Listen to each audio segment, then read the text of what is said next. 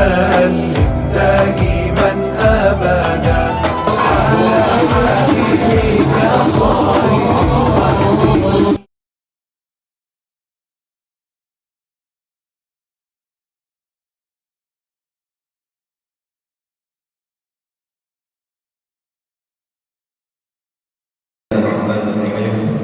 Assalamualaikum warahmatullahi wabarakatuh.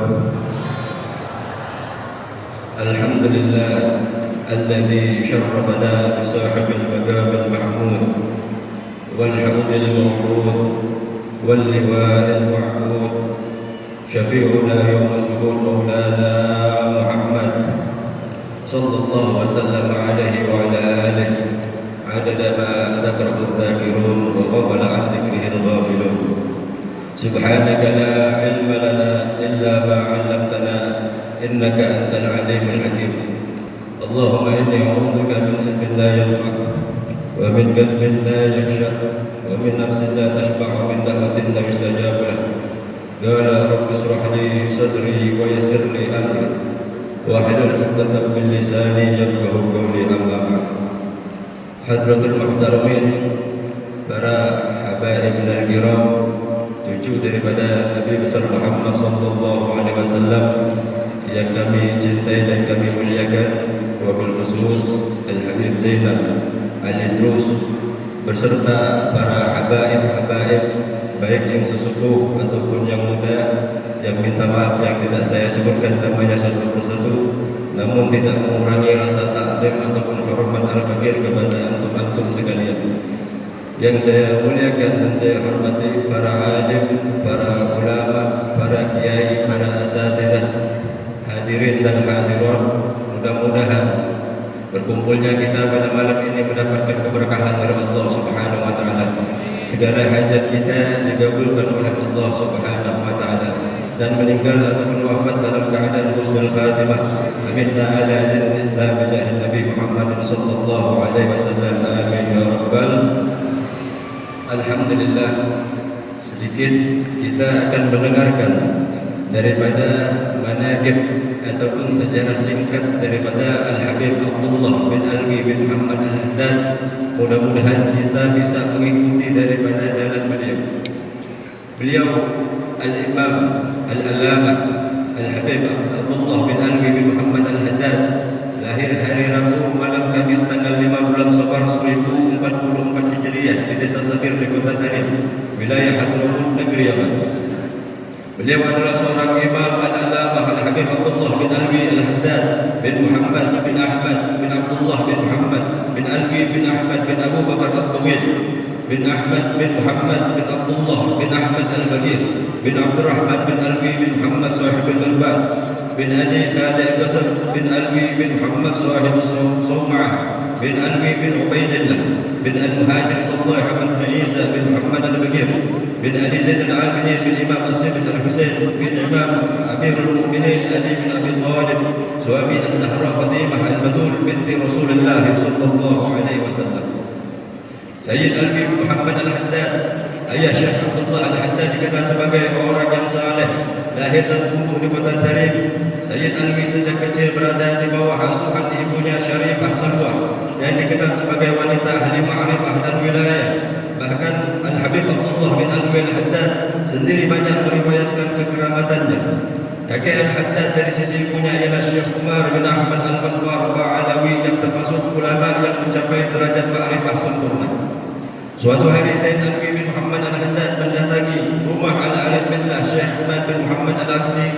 Pada waktu itu ia belum berkeluarga. Lalu ia meminta Syekh Ahmad Al-Aksi mendoakannya. Lalu Syekh Ahmad berkata kepadanya, "Anakmu adalah anakku. Di antara mereka ada keberkahan." Kemudian ia menikah dengan cucu Syekh Ahmad Al-Habsi, Salma binti Idrus bin Ahmad bin Ahmad bin Muhammad Al-Habsi, yang mana Al-Habib Husain ini adalah kakek daripada Al-Arif Billah Al-Habib Ali bin Muhammad bin Husain bin Ahmad bin Muhammad Al-Habsi Mu'allim Sumudron. Maka lahirlah dari pernikahan itu, yaitu Al-Habib Abdullah bin Alwi bin Muhammad Al-Haddad. Syekh Al-Haddad lahir ayahnya berujar, Aku sebelumnya tidak mengerti makna tersirat yang diucapkan Syekh Ahmad Al-Habsyi terdahulu. Setelah lahirnya Abdullah, aku baru mengerti. Aku melihat pada dirinya tanda-tanda sinar al-wilayah ataupun kewalian. Dari semenjak kecil begitu banyak perhatian yang beliau dapatkan dari Allah. Allah menjaga pandangan beliau dari segala apa yang diharamkan. Penglihatan lahiriah beliau diambil oleh Allah dan diganti oleh penglihatan batin yang jauh, yang lebih kuat dan berharga, yang mana hal itu merupakan salah satu pendorong beliau lebih giat dan tekun dalam mencari cahaya Allah menuntut ilmu agama. Pada umur 4 tahun, beliau terkena penyakit cacar sehingga menyebabkan buta. Cacat yang beliau derita telah membawa hikmah. Beliau tidak bermain bebas sebagaimana anak kecil sebayanya.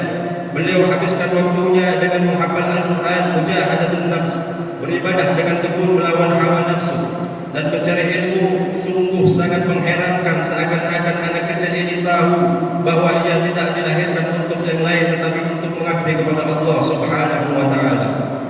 Berkat ketekunan dan akhlakul karimah yang beliau miliki pada saat usia yang sangat dini, beliau dinobatkan oleh Allah dan guru-guru beliau sebagai dai yang menjadikan nama beliau harum di seluruh penjuru wilayah Hadramaut dan mengundang datangnya para murid yang berminat besar dalam mencari ilmu. Mereka ini tidak datang hanya dari Hadramaut tetapi juga datang dari luar Hadramaut. Mereka datang dengan tujuan menimba ilmu, mendengar nasihat dan wajangan serta tabarrukan, memohon doa dari Al-Habib Abdullah Al-Haddad. Di antara murid-murid senior beliau adalah Al-Habib Abdullah Al-Haddad. Di antara murid-murid senior beliau adalah Al-Habib Hasan bin Abdullah bin Alwi Al-Haddad, Al-Habib Ahmad bin Zainal bin Alwi bin Ahmad bin Muhammad Al-Habsyi, Al-Habib Ahmad bin Abdullah Bafaqih, Al-Habib Abdul Rahman bin Abdullah bin Faqih, dan lain-lain. Selain mengkader pakar-pakar ilmu agama, mencetak generasi unggulan yang diharapkan mampu melanjutkan perjuangan kakek beliau, Rasulullah sallallahu alaihi wasallam. Beliau juga aktif merangkum dan menyusun buku-buku nasihat dan wejangan baik dalam bentuk kitab, koresponden atau dalam bentuk syair, hingga banyak buku-buku beliau yang terbit dan dicetak, dipelajari dan diajarkan, dibaca dan diahli bahasakan, sehingga ilmu beliau benar-benar ilmu yang bermanfaat. Tidak lupa beliau juga menyusun wirid-wirid yang dipergunakan untuk mendekatkan diri kepada Allah Subhanahu wa ta'ala dan bermanfaat untuk agama, dunia dan akhirat. Salah satunya yang agung yang terkenal adalah Ratibul Haddad.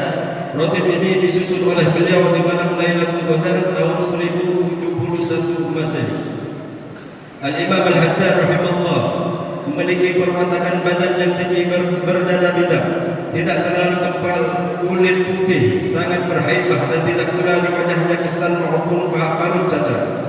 Wajahnya senantiasa manis dan menggembirakan orang lain di dalam majlisnya.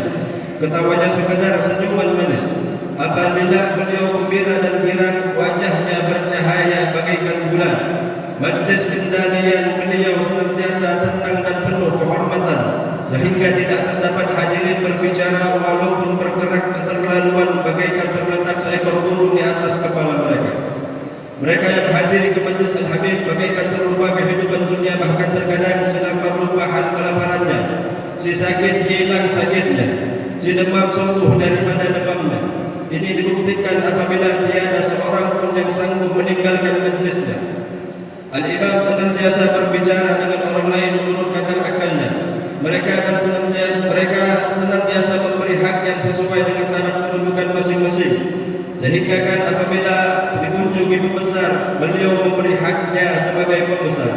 Kiranya didatangi oleh lemah, dilayani dengan penuh mulia dan dijaga hatinya, apalagi kepada si miskin. Beliau amat mencintai para penuntut ilmu dan mereka yang gemar kepada alam akhirat. Al-Habib tidak pernah jemu terhadap ahli-ahli majlisnya, bahkan senantiasa diutamakan mereka dengan kasih sayang serta penuh rahmah. Tanpa melalaikan beliau dari mengingat Allah walau sedetik, beliau pernah menegaskan, tiada seorang pun yang berada di majlisku menggangguku dari mengingat Allah Subhanahu wa ta'ala.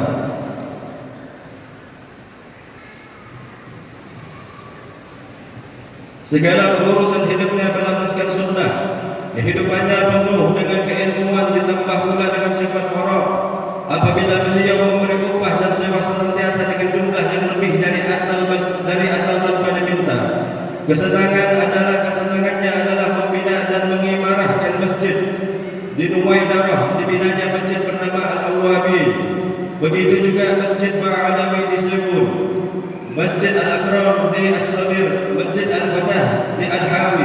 Masjid Al-Abdal di Shimar, Masjid Al-Asrar di Madinah dan banyak lagi. Di antara sifat Al-Imam termasuk tawaduk, merendah diri. Ini terselah pada kata-katanya, syair-syairnya dan tulisannya. Al-Imam pernah mengutus Al-Habib Ali bin Abdullah Al-Idrus, doailah untuk saudaramu ini yang lemah, semoga diampuni oleh Allah Subhanahu wa taala.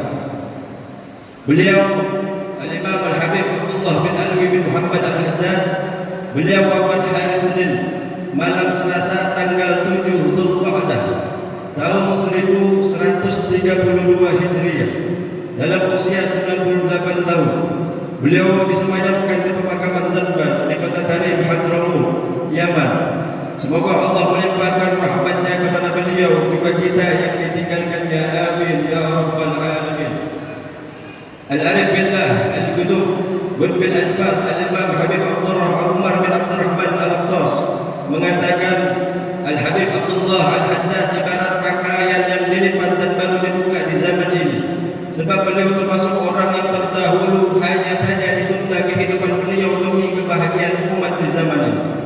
Al-Imam Al-Arif billah Al-Habib Ali bin Muhammad Al-Idrus radhiyallahu anhu, beliau mengatakan Sayyid Abdullah bin Alwi Al-Haddad adalah sultan seluruh golongan ba'alam. Al-Imam Al-Arif billah Muhammad bin Abdurrahman Madini radhiyallahu anhu, beliau mengatakan mutiara ucapan Al-Habib Abdullah Al-Haddad merupakan obat bagi mereka yang mempunyai hati cemerlang, sebab mutiara beliau segar dan baru langsung dari Allah Subhanahu wa taala.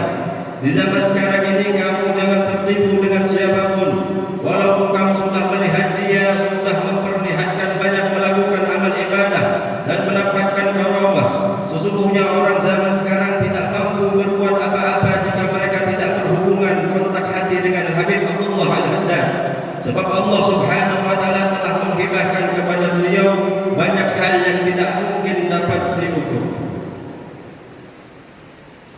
Al-Habib Ahmad bin Umar bin Smith radhiyallahu anhu, beliau mengatakan bahwa Allah Subhanahu wa taala memudahkan bagi pembaca karya-karya Al-Habib Abdullah Al-Haddad untuk mendapat pemahaman futuh dan berkah membaca karyanya. Allah mudahkan segala urusan agama, dunia dan akhirat, serta akan diberi afiat kesejahteraan yang sempurna dan besar kepada orang tersebut. Al-Habib Tahir bin Umar Al-Haddad radhiyallahu anhu, beliau mengatakan, semoga Allah mencurahkan kebahagiaan dan kelapangan serta rezeki yang halal banyak dan memudahkannya bagi mereka yang hendak membaca kitab karya Al-Qudub Al-Aqtab wal-Ghas Al-Habib Abdullah bin Alwi bin Muhammad Al-Haddad radhiyallahu anhu. Al-Habib Umar bin Zaid bin Smith radhiyallahu anhu, beliau mengatakan bahwa seseorang yang hidup sezaman dengan Habib Abdullah Al-Haddad bermukim di Mekah. Sehari setelah Habib Abdullah Al-Haddad wafat, dia memberitahukan kepada sejumlah orang bahwa semalam beliau sudah wafat. Ketika ditanya dari mana ia mengetahuinya, ia menjawab, tiap hari siang dan malam saya melihat beliau selalu datang bertawaf mengitari Ka'bah. Padahal beliau berada di Tarim, Hadramaut. Hari ini saya tidak melihat lagi, karena itulah saya mengetahui bahwa beliau sudah wafat. Demikianlah daripada sejarah singkat adabul manaqib daripada Al-Habib Abdullah bin Alwi bin Muhammad Al-Haddad. Mudah-mudahan kita selalu diberikan keberkahan oleh Allah Subhanahu wa taala. Mudah-mudahan kita bisa mengikuti daripada perjalanan Al-Habib Abdullah bin Alwi bin Muhammad Al-Haddad. Mudah-mudahan kita mendapatkan keberkahan ilmu dari beliau Al-Habib Abdullah bin Alwi bin Muhammad Al-Haddad. Amin ya rabbal alamin. Rabbi fanfa'na bi barakatihim wa wahdina al-husna bi hurmatihim wa mu'afatin min al-fitani wa amitna fi tariqatihim wa mu'afatin min al-fitani. Wassalamu alaikum warahmatullahi wabarakatuh.